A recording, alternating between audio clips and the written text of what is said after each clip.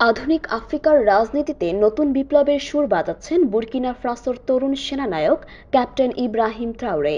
মাত্র ৩৪ বছর বয়সে দেশের ক্ষমতায় এসে তিনি হয়ে উঠেছেন উপনিবেশ বিরোধী রাজনৈতিক চেতনার নতুন প্রতীক। বিশ্লেষকরা তাকে বলছেন আধুনিক যুগের চে গুয়েভারা। আবার অনেকে মনে করেছেন তিনি আফ্রিকার ইতিহাসে একটি নতুন অধ্যায়ের সূচনা করছেন। ২০২২ সালের সেপ্টেম্বরে ক্ষমতাসীন ফ্রান্সপন্থী সামরিক শাসক পল হেনরি দামিবাকে সরিয়ে দিয়ে ট্রাওরের ক্ষমতায় আরোহণ শুধু ক্ষমতা দখলের ঘটনা নয়, এটি ছিল জনগণের ক্ষোভ, নিরাপত্তাহীনতা ও রাজনৈতিক আত্মমর্যাদার দাবির এক প্রতীকী বহিঃপ্রকাশ।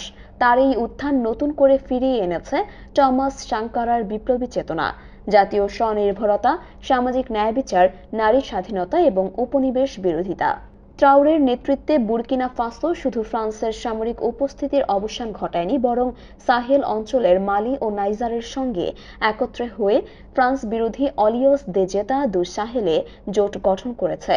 এই জোটের মূল লক্ষ্য নিজেদের নিরাপত্তা নিজেরা নিশ্চিত করা, পশ্চিমা সামরিক ও অর্থনৈতিক প্রভাব থেকে মুক্ত থাকা এবং আফ্রিকান সার্বভৌমত্ব প্রতিষ্ঠা করা। ২০২৩ সালের জানুয়ারিতে ট্রাওরে স্পষ্ট ভাষায় ফ্রান্সকে দেশ থেকে সামরিক ঘাঁটি গুটিয়ে নিতে বলেন এবং আগের সব সামরিক চুক্তি বাতিল করেন।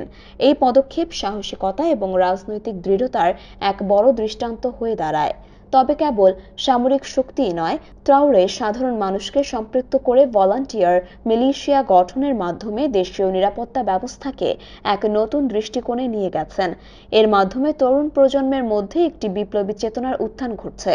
ফ্রান্স সহ পশ্চিমা শক্তিগুলো যখন এই সামরিক শাসকদের ওপর নিষেধাজ্ঞা আরোপ করছে, তখন রাশিয়া ও চীন নতুন কৌশলগত মিত্র হিসেবে এগিয়ে এসেছে।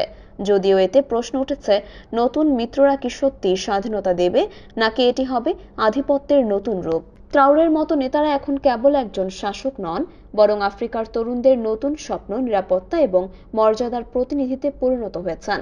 তবে এই বিপ্লব টেকসই হবে কিনা তা নির্ভর করবে তাদের গণতান্ত্রিক দায়বদ্ধতা, স্বচ্ছতা ও জনগণের স্বার্থে কাজ করার সক্ষমতার উপর। একটাই সত্য, আফ্রিকার নিজের ইতিহাস অন্যের হাতে লিখতে চায় না। এবার তারা নিজেই নিজের ভবিষ্যৎ রচনা করতে চায়।